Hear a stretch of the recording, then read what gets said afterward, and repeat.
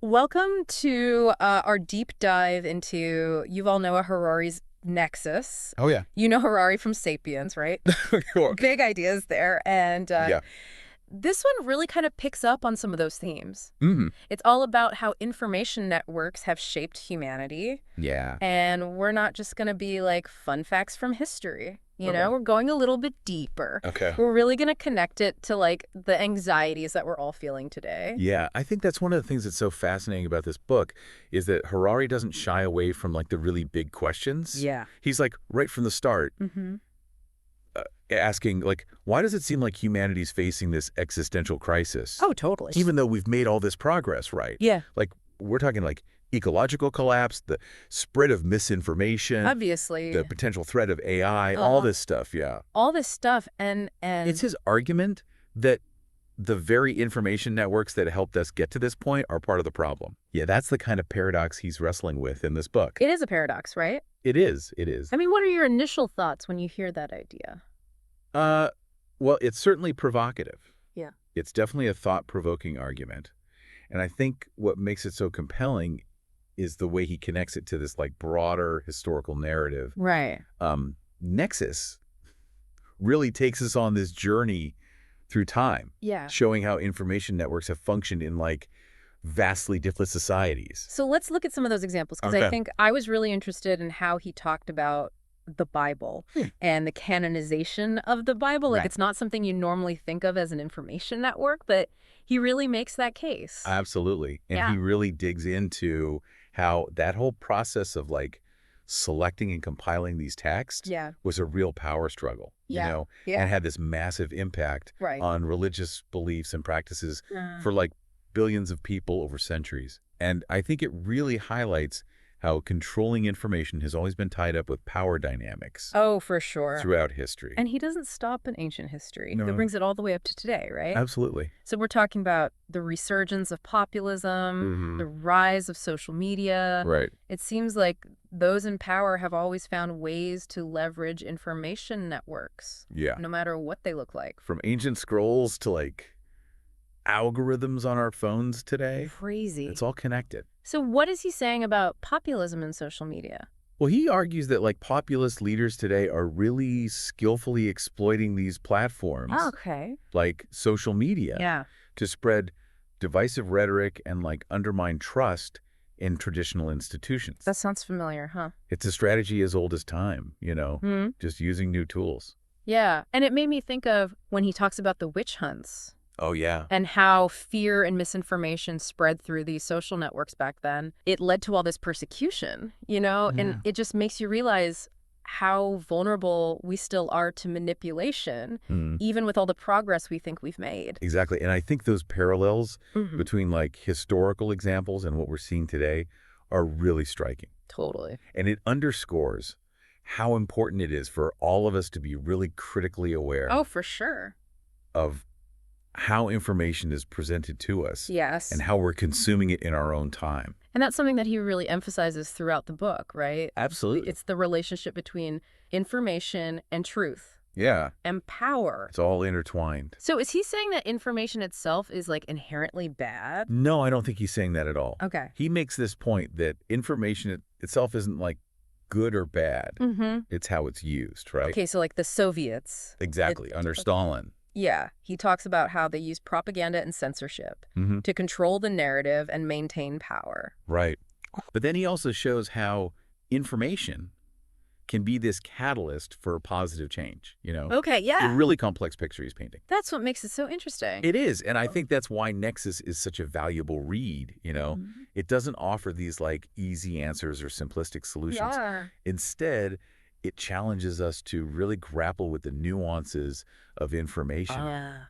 and how it impacts society. Okay, so how does all this historical perspective like help us understand the challenges we're facing today, Yeah, especially with the rise of AI? that's a crucial question. Right. And I think it's where his warning about AI as this like new information network Mhm. becomes super relevant, Yeah. He's basically arguing that AI could become like the most powerful information network in history, Yeah. capable of manipulating human behavior on a scale we've never seen before.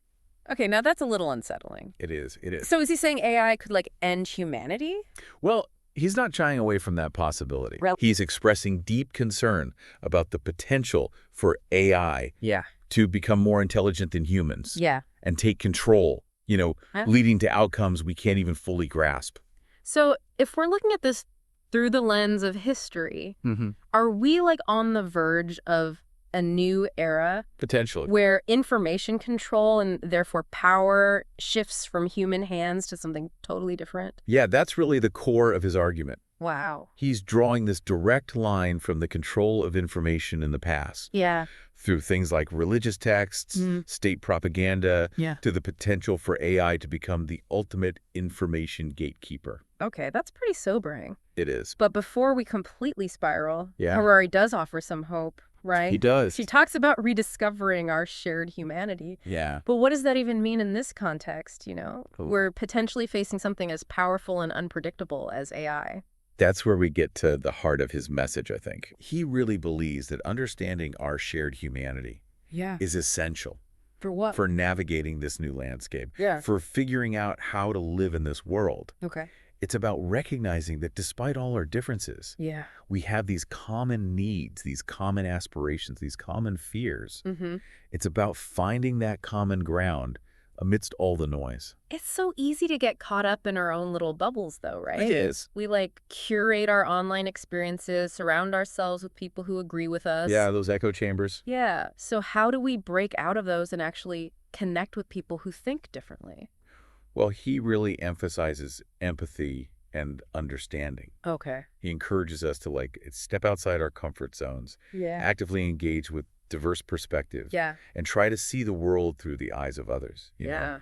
It's about challenging our own preconceived notions and biases. So it's about seeking out alternative viewpoints, even if they challenge our own beliefs. Yes. Being open to learning from those differences. Exactly. But how do we do that in a way that's constructive? Yeah. Especially online, Right. where things can get so heated and polarized so quickly.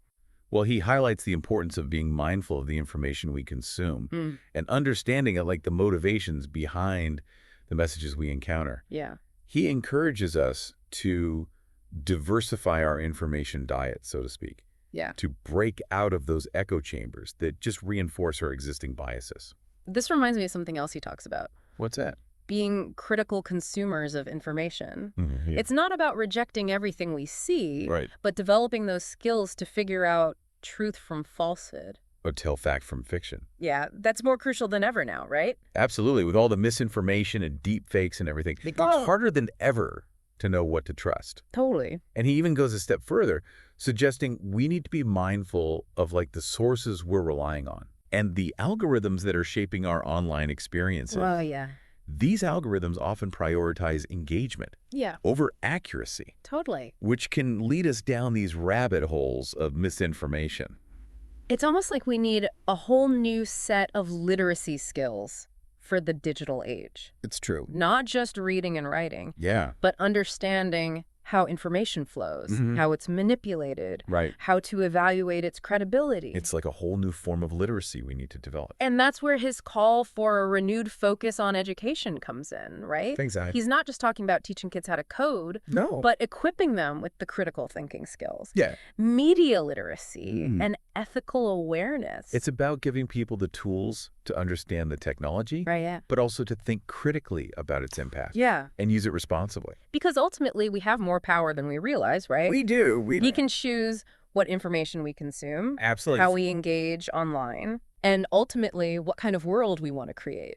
That's a key takeaway from Nexus, for sure. Yeah. We're not just passive recipients of information. We have agency.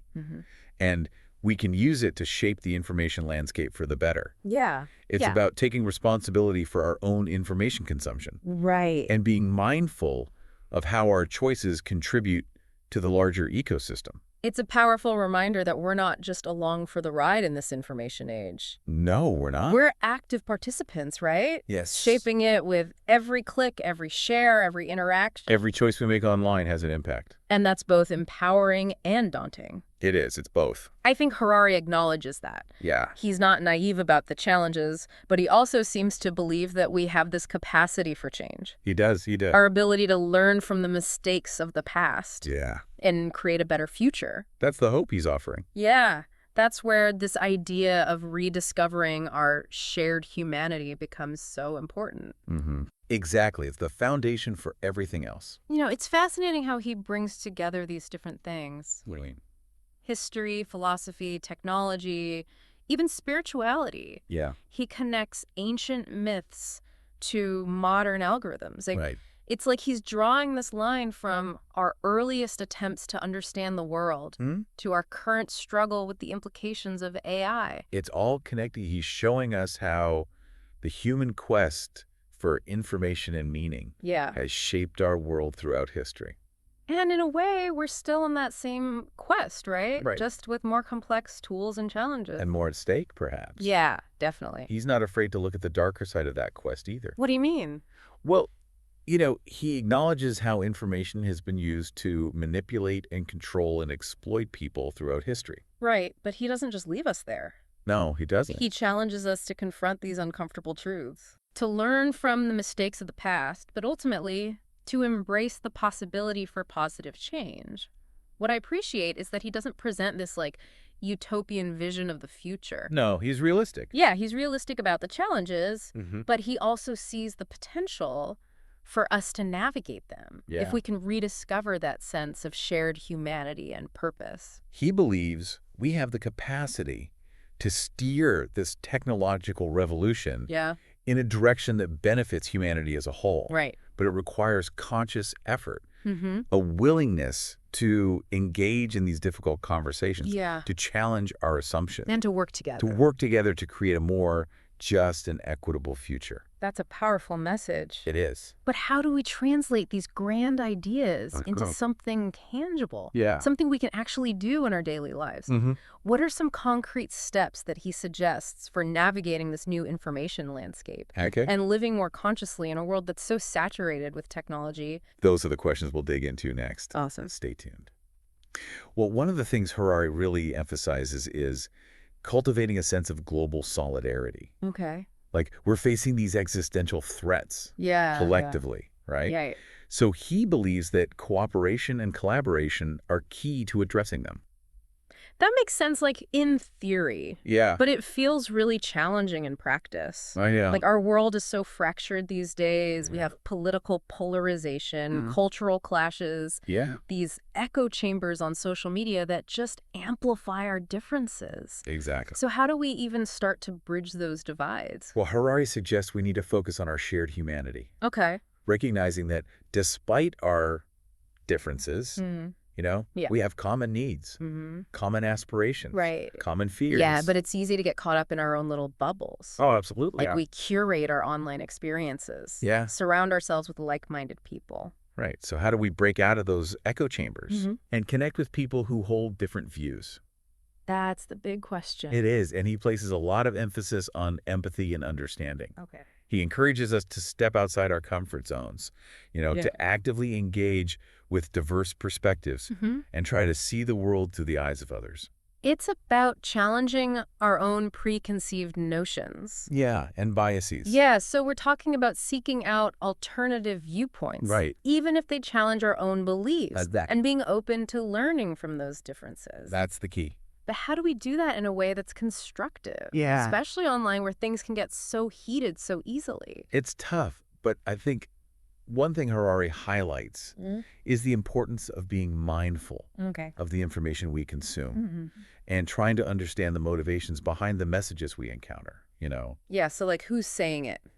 Exactly. And why are they saying it? What's their agenda? Right. And he encourages us to diversify our information diets, to be wary of those echo chambers that only reinforce our existing biases. So it's kind of like what we were talking about before. How? Being critical consumers of information. Oh, absolutely. It's all connected. It's not about rejecting everything we see. Right. But developing those skills to discern truth from falsehood. To separate fact from fiction. Exactly. And in this age of misinformation and deepfakes. Oh my gosh. That feels more important than ever. Absolutely. It's harder than ever to know what to trust. Right. And he goes a step further, too. Does he? He suggests we need to be mindful of the sources we're relying on and the algorithms that are shaping our online experiences. Yeah, those algorithms can be sneaky. They are. They often prioritize engagement over accuracy. Which can lead us down these rabbit holes of misinformation. Right, like you get sucked in. You click on one thing and then suddenly you're watching these crazy videos. Exactly. And you don't even know how you got there. And you've lost like 3 hours of your life. Yeah,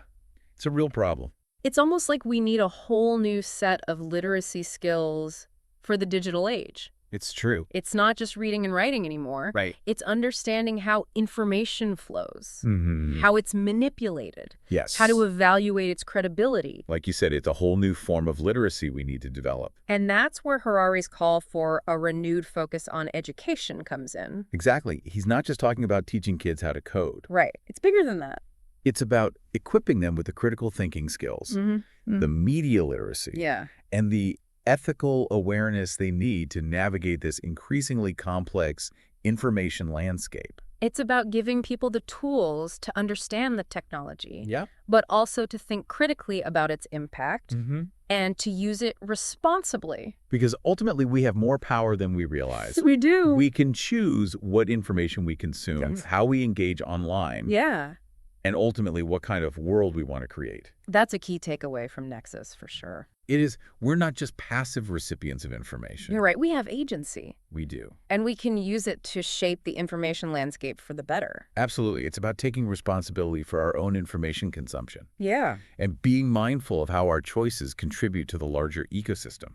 It's a powerful reminder that we're not just along for the ride in this information age. We're not. We're active participants. We are shaping it with every click, every share, every interaction. And that realization can feel both empowering and daunting. It's both. I think Harari acknowledges that. He does. He's not naive about the challenges. But he also has this underlying belief in our capacity for change. I think so too. Our ability to learn from the mistakes of the past and create a better future. Yeah.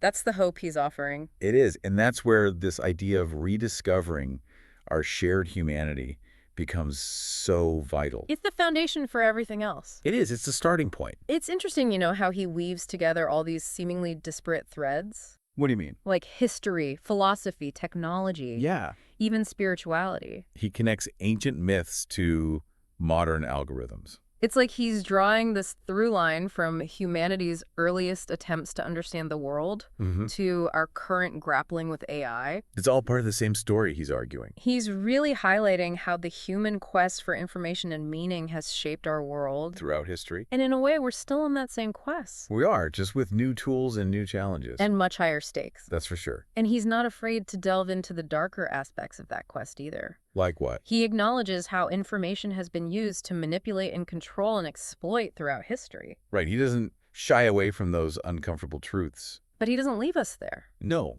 he doesn't. He challenges us to confront those truths. Yeah. To learn from the mistakes of the past. But ultimately to embrace the possibility for positive change. I appreciate that he doesn't present this utopian vision of the future. No, he's realistic. He's realistic about the challenges. But he also sees the potential for us to navigate them. If we can rediscover that sense of shared humanity. And purpose. Right. It's about coming together. It is. It's about recognizing our interconnectedness. And realizing that we're all in this together. He believes we have the capacity to steer this technological revolution in a direction that benefits humanity as a whole. I hope he's right. I do too. But it requires a conscious effort. It's a willingness to engage in these difficult conversations. To challenge our assumptions. And to work together. To work together to create a more just and equitable future. That's a powerful message. It is. It's a call to action. But how do we translate these grand ideas into something tangible? Right. How do we put them into practice? What can we actually do in our daily lives? Yeah, what are some concrete steps? To navigate this new information landscape and live more consciously in a world that's so saturated with technology. Those are the questions we need to explore. It feels like we've been talking about these big, huge, overwhelming concepts. Yeah. Global solidarity, the rise of AI. Like, what does it even mean to be human in this digital age? Yeah, big questions. Big questions. So for our listeners who are maybe feeling a little lost, sure, what's like one practical thing they can take away from Nexus? That's a great question. And actually apply to their lives. I think if I had to distill it down to one key takeaway, it would be Harari's emphasis on cultivating consciousness. Okay, so break that down. What does he mean by cultivating consciousness, and how does that actually help us? So he's really advocating for practices like mindfulness, meditation, introspection, things that help us slow down, become more aware of our thoughts and emotions, and ultimately develop a deeper understanding of ourselves and the world around us. So it's not just about absorbing information from the outside world, No. but also cultivating wisdom from within. Exactly. Like, he's saying that to truly understand the information age, we need to understand ourselves first. Right. And he argues that this inner work is essential for navigating the complexities of the information age, for making wise decisions, and honestly, for living a more meaningful and fulfilling life. Okay, so it's about finding that balance, right? It is, between engaging with the external world and cultivating that inner awareness. Absolutely, because ultimately that inner awareness allows us to engage with the world in a more thoughtful and responsible way. This reminds me of something he talked about in Sapiens. Oh, yeah. The power of storytelling and shared myths to Right. unite humans and foster large-scale cooperation. He talks about that a lot in Sapiens. He does, and in Nexus, Yeah. he argues that we need to find new stories, Okay. almost like new myths that can guide us through the challenges of the 21st century. Right, like new narratives that can inspire us. And inspire us to create a more just and sustainable future. It's not just about facts and figures. No. It's about narratives that can resonate with us. On an emotional level. Yes, and motivate us to work towards a shared vision. That's where this idea of shared humanity can really take hold. Exactly, because those narratives have to be grounded in our common values, our aspirations for a better world. If we can tap into those shared ideals, we can harness the power of information networks for good. Instead of succumbing to those darker possibilities. Well, I think we've given our listeners a lot to chew on today. We have. It's been quite a journey. From the Stone Age to the age of AI. Right. From the canonization of the Bible to the algorithms shaping our online experiences. It really highlights how these information networks have been this constant force. Throughout human history. Shaping our beliefs, our behaviors, our understanding of the world. And as we enter this new era of technological change, understanding those patterns, grappling with these complex questions. This is more crucial than ever. I think so too, on that note. Yeah. I highly recommend checking out Nexus for yourself. I agree. It's a challenging read, but it's incredibly thought-provoking. It is. Insightful, and ultimately, I think, hopeful exploration of the information age. And what it means for us as humans. Nexus is a must-read for anyone who wants to understand the forces shaping our world and participate in creating a better future. And before we go, I want to leave our listeners with one final thought, inspired by Nexus. I like it. Information networks can be used to empower and enslave, to connect and divide, to enlighten and deceive. It's true. They're powerful tools. They are. So the question I want you to consider is this. What kind of information network do you want to be a part of? That's a great question. What stories do you want to tell? Yeah. What kind of future do you want to help create? Those are powerful questions. The future isn't predetermined. It's something we create together. Through the choices we make, the stories we tell, the networks we build. Thanks for joining us on this deep dive into Nexus. It's been a pleasure. Until next time, keep exploring. Keep questioning. And keep connecting.